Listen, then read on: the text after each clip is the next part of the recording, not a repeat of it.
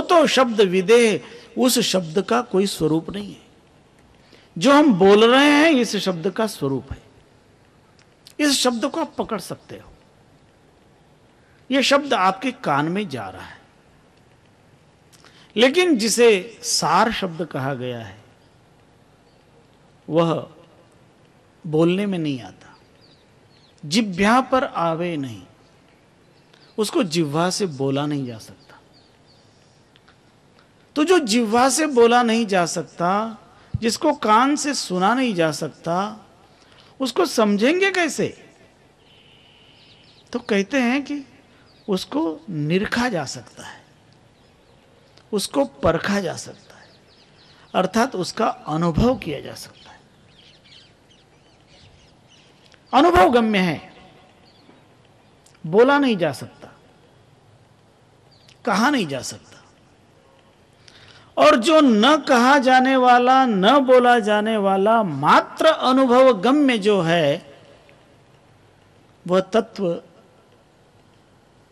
यदि प्राप्त करना है तो बोली के द्वारा कैसे मिलेगा? क्योंकि बोला नहीं जा सकता।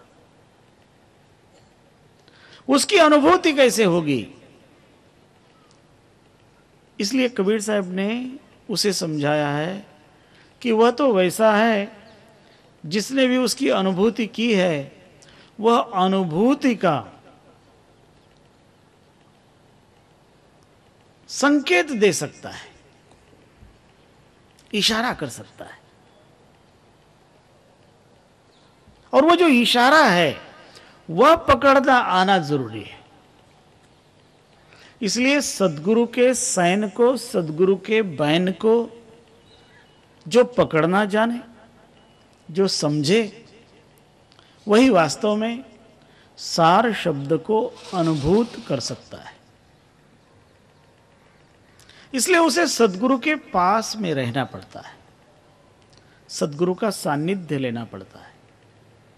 सेवा इसीलिए करनी पड़ती है कि जिस सेवा के द्वारा सद्गुरु की कृपा प्राप्त हो जाए। क्योंकि जो सार शब्द है वह बड़ा ही महिमा मंडित है, और उस शब्द की ताकत कितनी ज्यादा है। शब्द बड़ा ही शक्तिमान है। यूं तो मानवी मनुष्य जिस शब्द को बोलता है यही बड़ा बलवान है, और वो सार शब्द तो वो तो अनुपम है। जो शब्द हम बोल रहे हैं, ऐसा ही जो शब्द आप सुनते हैं, उस शब्द की ताकत को आप अनुभव कर सकते हो। और यदि आप सुन नहीं रहे हैं लेकिन आपने थोड़ा भी अनुभव किया है तो उसकी ताकत कितनी है। एक उदाहरण आपको देते हैं। एक व्यक्ति ने आपको पत्र लिखा,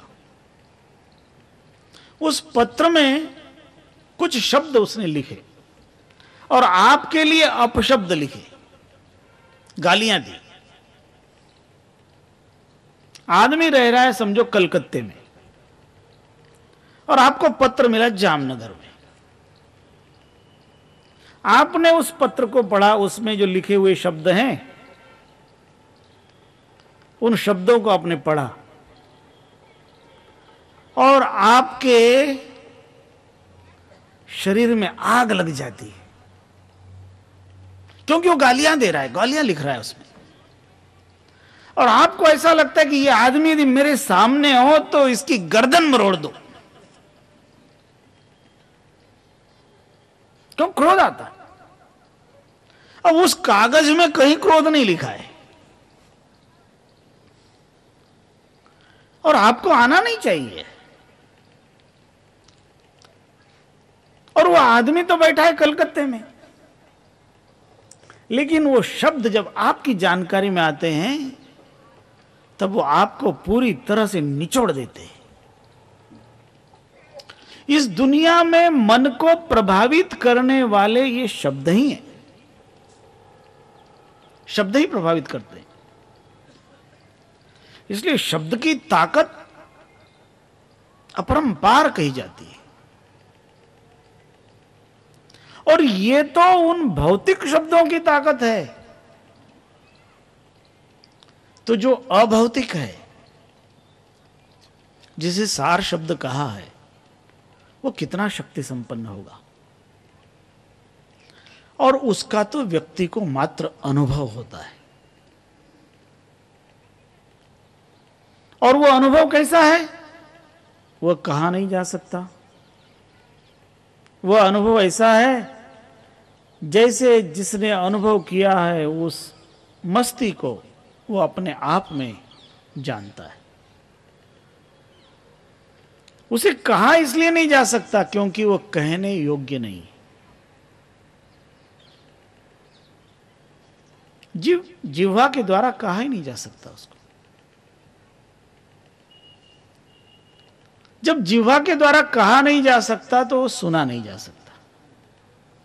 इन आंखों से देखा नहीं सकता, इन कानों से सुना नहीं जा सकता, इस मुख से उसको बोला नहीं जा सकता। अकथ कहानी, अकथ कहानी है। लेकिन ये जो कहानी है, कथा है, ये कथा व्यक्ति को मात्र उसको पाने के लिए प्रेरणा दे रही है कि तैयार हो जाओ। जब व्यक्ति तैयार होगा तो वो बरसता है, सद्गुरु की कृपा से बरसता है। और जब वो शब्द प्राप्त होता है सद्गुरु की कृपा से, तब व्यक्ति अपने आप को धन्य महसूस करता है, क्योंकि उस सार शब्द की महिमा इतनी कही गई है। एक शब्द गुरुदेव का, ताका अनंत विचार, था के मुनि जन पंडिता, वेदन पावे पार। उस सद्गुरु के द्वारा प्रदान किए हुए उस शब्द की इतनी महिमा है कि विचार करने वाले विचार करते ही रह जाते हैं, लेकिन उसका पार नहीं पाते, थक जाएंगे। जिसने अनुभव किया है, और वो ऐसे ऐसे व्यक्तियों ने अनुभव किया है जिन्होंने विचार को शांत कर दिया है, जिसके पास में अब सोचने के लिए, विचारने के लिए कुछ नहीं रहा, जिसने अपने आप को उस स्थिति में लाया है कि सभी विचार शांत हो गए। कभी आप ध्यान करके कोशिश करना, ध्यान की, और देखना अपने मन को। आप देखोगे कि आपके मन के अंदर कायम विचार ही चलते रहते हैं। कभी भी आपको ऐसा नहीं महसूस होगा आपका मन कि विचार से शून्य हो जाए। और जिस समय आपका मन पूर्णतया विचार से शून्य हो जाए, विचार पूर्ण लय हो जाए, तब आप उस अवस्था में आते हैं जहां आप निःशब्द की अवस्था में पहुंचे।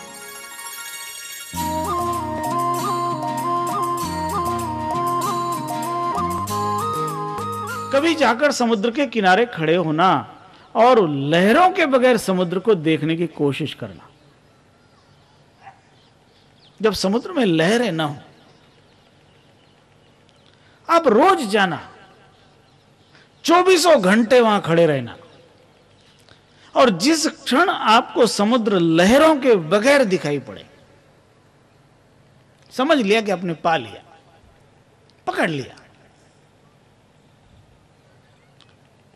समुद्र लहरों के बगैर आपको दिखाई नहीं पड़ेगा, उसमें कायम लहरें उठती है। उसी तरह से मन है, इस मन में विचारों की तरंगें कायम चलती रहती है, और उन विचारों की तरंगों को नियंत्रित करना है, उन लहरों को शांत करना है। और जब वो लहरें शांत हो जाएंगी, तब समझ लो कि व्यक्ति ने अपने मन को जीता, और जिसने मन को जीता उसने जगत को जीता। भगवान शंकराचार्य से किसी ने यह प्रश्न किया, जीतम जगत केन, तो उन्होंने जवाब दिया, मनो ही येन। दुनिया को किसने जीता? कहते जिसने मन को जीता।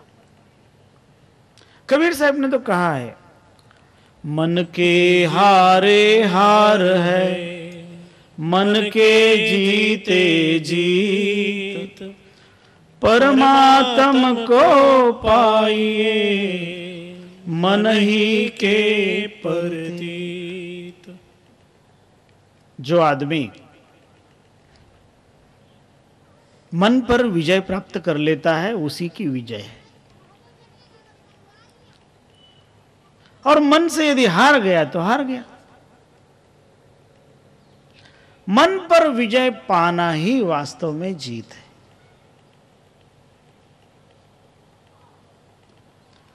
इसलिए मन पर काबू पाने के लिए, मन पर विजय प्राप्त करने के लिए साधना है। और जो मन पर विजय पाना चाहता है उसे ज्ञान भी चाहिए और उसे ध्यान भी चाहिए, दोनों जरूरी होते हैं। ज्ञान के द्वारा भी वो अपनी तैयारी करता है और ध्यान के द्वारा मन को शांत करता है। और जब ध्यान के द्वारा मन अमन अवस्था में आ जाए, अमन अर्थात मन न रहे, तब सार शब्द के प्रति गमन शुरू होता है। और ये जो मन को साधने की कोशिश है, इसी का नाम साधना है। क्योंकि ये मन बड़ा ही चंचल, जीव को जगत में भटकाने वाला ये मन ही तो है। और इसलिए महापुरुषों ने मन को पकड़ने के लिए कहा है, और मन को वास्तव में उसी ने पकड़ा भी है जिसने सभी संकल्प विकल्प छोड़ दिए। क्योंकि मन का स्वभाव है संकल्प विकल्प करना।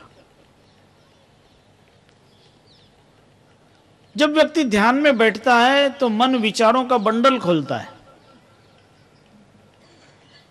और कभी कभी तो आप जो विचार न करते हो सामान्यतया ऐसे विचार आते हैं, और वैसा होना स्वाभाविक है। कभी आप ध्यान करने बैठ जाओ, तब आप ध्यान करने बैठोगे तब आप देखोगे कि सामान्यतया जो विचार आपके मन में नहीं आते वो आने लग जाते हैं। ऐसा होता क्यों है?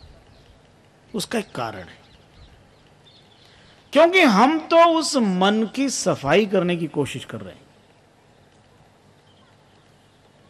ध्यान वास्तव में मन के शुद्धिकरण का एक माध्यम है, एक मार्ग है। और वो शुद्धिकरण कैसा है? वो ठीक वैसा ही है जैसे मान लो आप अपने घर को रोज झाड़ू लगा के साफ करते हो, और कुछ दिनों के बाद दिवाली आने वाली हो, और फिर आप विचार करते हो कि चलो घर को जरा अच्छी तरह से झाड़ पोंछ करके इसमें चूना वगैरह लगा दें, सफेदी कर दें। तब आप उस दिन अपने घर में विद्यमान जो टीवी है, फ्रिज है, अलमारी है, बाकड़े हैं, सोफा सेट हैं, उनको हटा हटा के साफ करते हो। तो जब आप इन सब वस्तुओं को हटाकर साफ करते हो तो रोज जितना कचरा निकलता है उससे कई गुना ज्यादा कचरा निकल आता है। जब आप रोज घर में झाड़ू लगा रहे हो तो ये कचरा कैसे रहा? वास्तव में ऐसा है कि हम रोज साफ तो करते हैं, लेकिन कुछ सूक्ष्म कचरा जिसको हम साफ नहीं कर पाते, ऐसे ही कचरे के रूप में कुछ विचार इस मन के कोने में छिपे रहते हैं। और जब कोई साधक ध्यान करना चाहता है तो वो कोने में छिपा हुआ कचरा बाहर आने लगता है। इसलिए साधक को साधना के दौरान, ध्यान के दौरान वो विचार आने लग जाते हैं जो विचार सामान्यतया नहीं करता, क्योंकि वो कचरा है। लेकिन अब आप पूरा सफाई करना चाह रहे हो, इसलिए वो बाहर आ रहा है। इसलिए ध्यान करने वाले को कभी भी ऐसे विचार आते हों तो निराश नहीं होना चाहिए, निराश नहीं होना, क्योंकि वो तो सफाई है। और जितना ज्यादा कचरा इकट्ठा हुआ होगा उतना ही सफाई करने में तो समय लगेगा। इसलिए घबराना कभी नहीं। चाहे जैसे विचार अंदर उठते हों, उन विचारों का साक्षी बनकर उनको देखना, उन विचारों के साथ चलना नहीं। यदि वो मन कहीं दौड़ता है, जाता है, तो जाने दो। कबीर साहब तो यहां तक कहते हैं, मन गया तो जाने दे, गह के राख शरीर, ना खींचेगा कमान तो कहां जाएगा तीर। मन यदि दौड़ रहा है तो दौड़ने दो, क्योंकि वो दौड़